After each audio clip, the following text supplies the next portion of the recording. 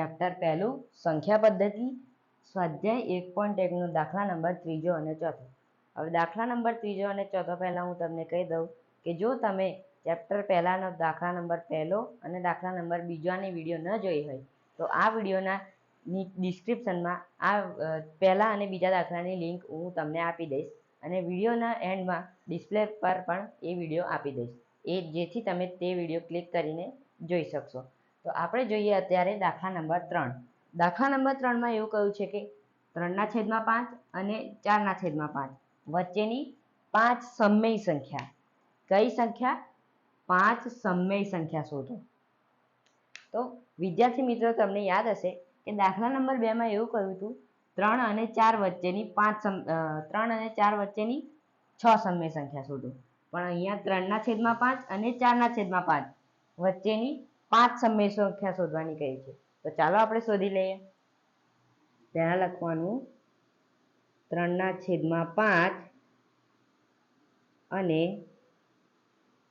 4/5. હવે બીજા દાખલામાં એવું હતું 4 × 7 કરવાના હતા, કેમ કે અહીંયા લખ્યું હતું 6, અહીંયા લખ્યું છે 5. તો હવે આપણે કરવાના 4 × 6/6. બીજા દાખલામાં એવું હતું કે 4/6 કશું નહોતું આપ્યું એટલે આપણે 1 મૂક્યું હતું. કોઈ પણ સંખ્યાની અંદર છેદમાં કશી બી સંખ્યા ન આપી હોય તો આપણે 1 મૂકી શકીએ. સેમ ટ્રીક અહીંયા પણ કરી દેવાની, 6/6. તો વિદ્યાર્થી મિત્રો હવે આપણે જોઈએ કે 3/5 અને 4/5 વચ્ચેની 5 સમમેય સંખ્યા કેવી રીતે નીકળે. તો જો 6 તરી 18, 3 છંગ 18. 6 તરી 18, 3 છંગ 18. આ દાખલા ગણવા માટે તમને ઘડિયા આવડવા જોઈએ, તો તમે ઘડિયા શીખી જજો. 3 છંગ 18, 6 તરી 18. તો અહીંયા મૂક્યા 18, 5 છંગ 30. ફરીથી બોલું છું, 5 છંગ 30. અહીંયા મૂક્યા 30 અને 6 ચોક 24. 6 ચોક 24, 4 છંગ 24. તો અહીંયા મૂકવાના 24/5 છંગ 30.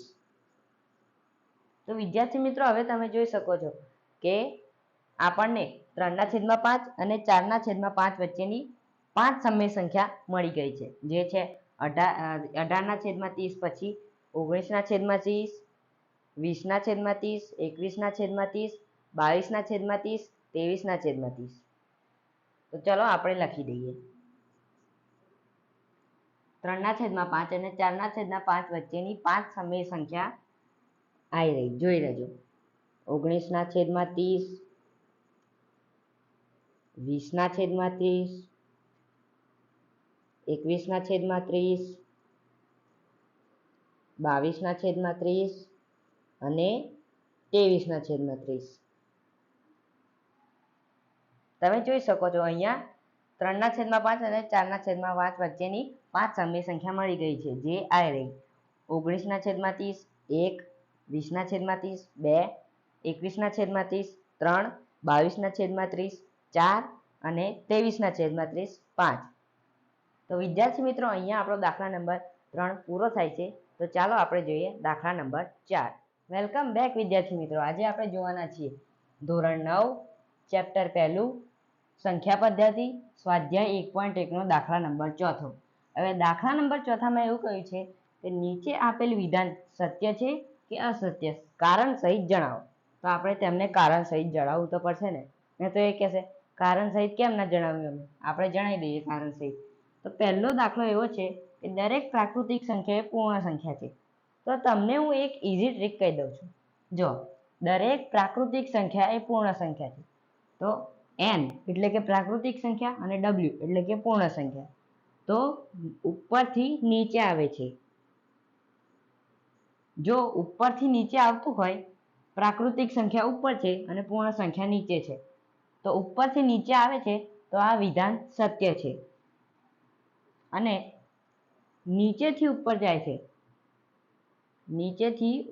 છે, તો આ વિધાન અસત્ય છે.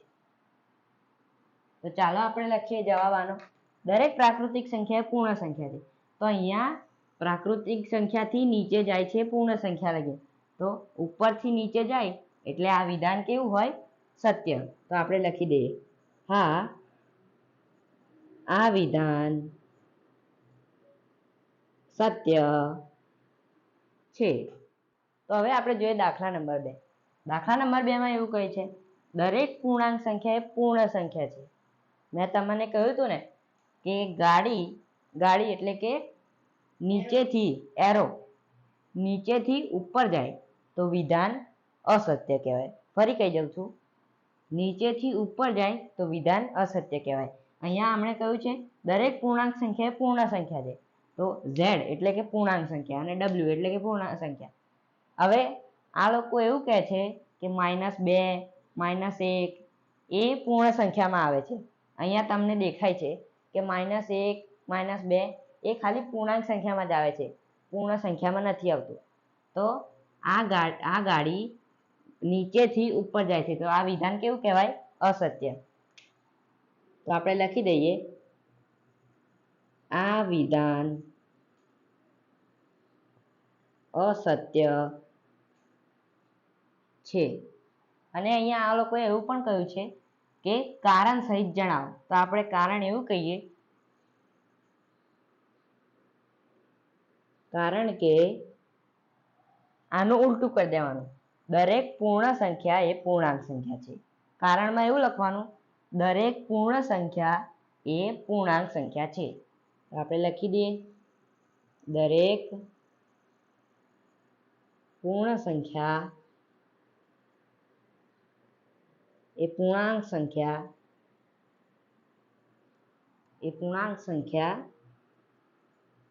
છે. આનું ઊંધું કરી દેવાનું, આ છે પૂર્ણ સંખ્યા અને આ છે પૂર્ણાંક સંખ્યા. પહેલા અહીંયા આગળ આવ્યું પૂર્ણાંક સંખ્યા અને અહીંયા પૂર્ણ સંખ્યા. તો કારણ લખીએ એમાં આપણે પહેલા પૂર્ણ સંખ્યા લખવાનું પછી પૂર્ણાંક સંખ્યા. વિદ્યાર્થી મિત્રો, હવે આપણે જોઈએ દાખલા નંબર 3. દાખલા નંબર 3 માં આ લોકોએ એવું કહ્યું છે કે દરેક સમય સંખ્યા એ પૂર્ણ સંખ્યા છે. હવે તમે કહેશો આમાંથી સમય સંખ્યા કઈ? તો સમય સંખ્યા એટલે કે ક્યુ અને પૂર્ણ સંખ્યા તો તમને ખબર જ છે, પૂર્ણ સંખ્યા એટલે કે ડબલ્યુ. તો હવે આ એરો ક્યાં જાય છે? નીચેથી ઉપર. તો મેં તમને કહ્યું હતું આના પહેલા બીજા દાખલામાં મેં તમને કહ્યું હતું કે ગાડી એટલે કે એરો નીચેથી ઉપર જાય તો વિધાન અસત્ય, અને જો એરો ઉપરથી નીચે આવે તો વિધાન સત્ય. તો અહીંયા શું થાય છે? સમય સંખ્યા એ પૂર્ણ સંખ્યા છે એવું કહે છે. દરેક સમય સંખ્યા એ પૂર્ણ સંખ્યા છે. તો અહીંયા સમય સંખ્યા એટલે કે ક્યુ, એરો નીચેથી ઉપર જાય છે પૂર્ણ સંખ્યાએ, તો આ વિધાન કેવો થાય? અસત્ય. તો આપણે લખી દઈએ, પહેલા આને ચેકી કાઢીએ, ખરાબ દેખાય ને થોડું એટલે. આપણે જવાબ લખીએ, હા થોડી લખવાનું, હા ના લખાય. આપણે લખવાનું, આ વિધાન અસત્ય છે.